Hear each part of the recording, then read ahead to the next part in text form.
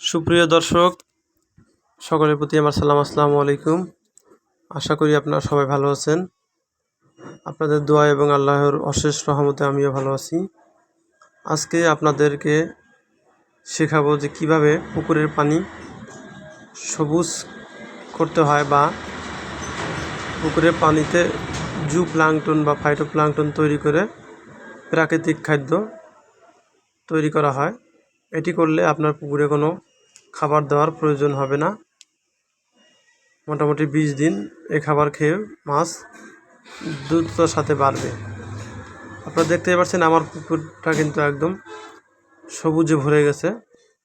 আমি কিভাবে করেছি আপনাদেরকে সেটা জানাবো, আপনারা সেভাবেই চেষ্টা করবেন, তাহলে আপনার মাছের বৃদ্ধি খুবই তাড়াতাড়ি হবে। প্রথমে আপনারা পুকুরের পানিটা পরিষ্কার করে নেবেন। অনেকভাবে পুকুরের পানি পরিষ্কার করা যায়। শতক প্রতি মাছ থাকা অবস্থায় 300 থেকে 500 গ্রাম হারে চুন পানিতে গুলিয়ে প্রয়োগ করতে পারেন। পাশাপাশি শতক প্রতি 200 থেকে 300 গ্রাম হারে লবণ ছিটিয়ে দিয়ে পরিষ্কার করতে পারেন পানি, অথবা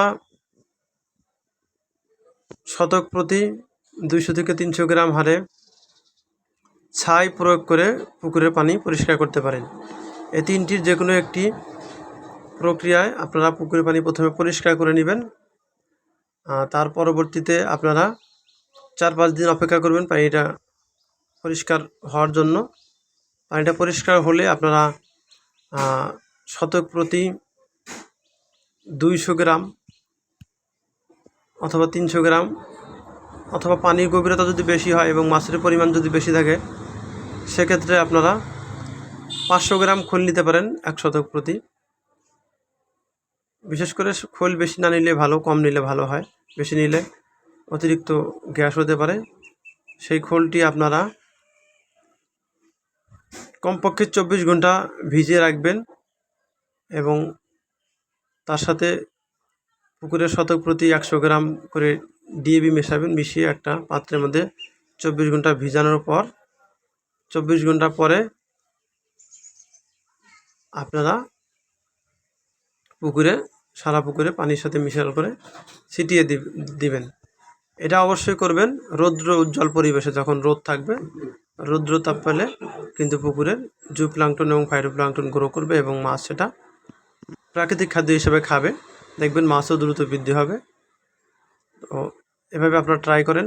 অবশ্যই যখন খাবারটা দিবেন বা খোল এবং সার মিশ্রিত করবেন, অবশ্যই রৌদ্র উজ্জ্বল পরিবেশ থাকতে হবে।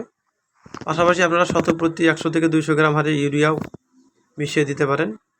এরকম ইন্টারেস্টিং ভিডিও পেতে আমার চ্যানেলটি অবশ্যই সবাই সাবস্ক্রাইব করে রাখবেন। পাশে থাকা অল বাটনটি প্রেস করবেন। আমার ভিডিওটি দেখার জন্য সকলকে ধন্যবাদ। আসসালামু আলাইকুম। সকলের দীর্ঘায়ু কামনা করছি।